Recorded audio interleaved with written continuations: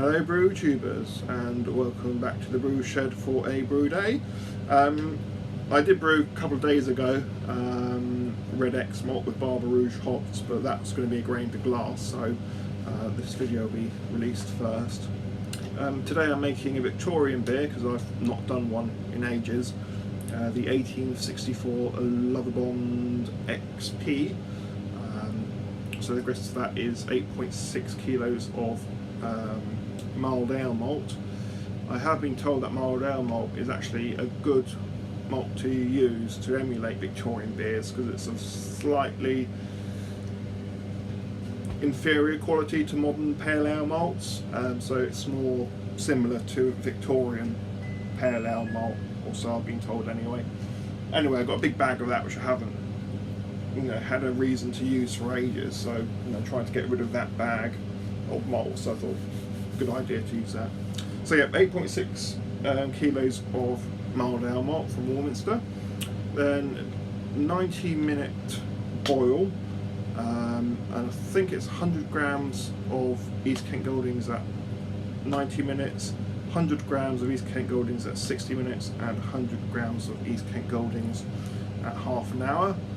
And yes, the mash schedule 65 degrees for 90 minutes, and then 75 degrees for 15 minutes, and then sparge. So yeah, pretty much that's it really. The kettle is just gone up to the 75 degree mash out for 15 minutes. You might have just heard the beep. So yeah, have a look at that, and then we'll sparge and get on with the boil. And there we are, just mashing away there. And just coming up to the start of the boil, using the old water sprayer just to keep that foam under control, prevent any boil overs. Start of the boil, in goes 90 grams of East Kent Goldings. My alpha acids are 5.5 rather than the original 5%, so I've had to adjust down to get the right RDU. So 90 gram additions at 90 minutes, 60 minutes and 30 minutes. That's the first one.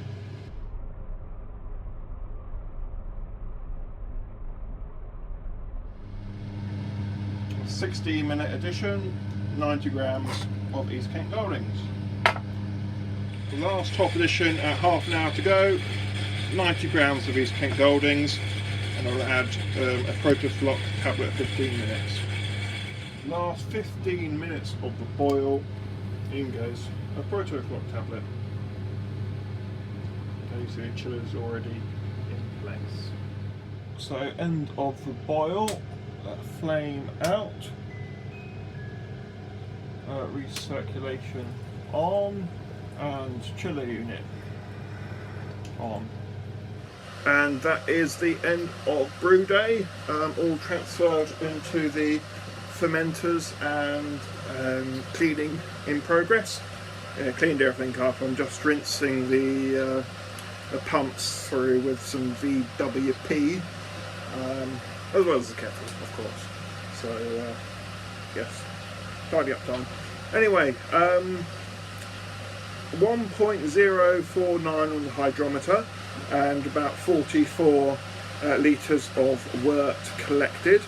Was after 1.053 and 40 litres of wort, but never mind.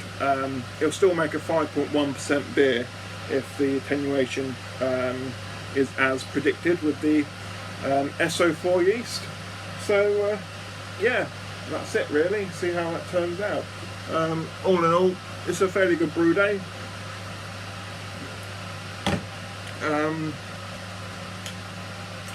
Yeah, very happy with how that went. The previous one, which I'm doing the grain for glass for, was a smooth brew day as well. So 2 good brew days in a row. That's pleasant. So yeah, all good. So yeah, as I said, 1.049 on the hydrometer. Should get down to hopefully 1.010, and yeah, should be 5.1% beer. So yeah, be interesting to see how it ends up. 83 IBUs, so quite hefty. But these Victorian beers, most of them have ridiculously high IBUs, really. So yeah, we'll see how it turns out when it's done, and I shall do a tasting video for that as well. So yeah, all good. So that's me done for a fortnight. I can't now brew for 2 weeks until these fermenters are empty and cleaned, ready for the next usage. So yes, I'll do some bottling. I've got some labels to label, and my Jester and Olicana Pale Ale, which this is, to bottle.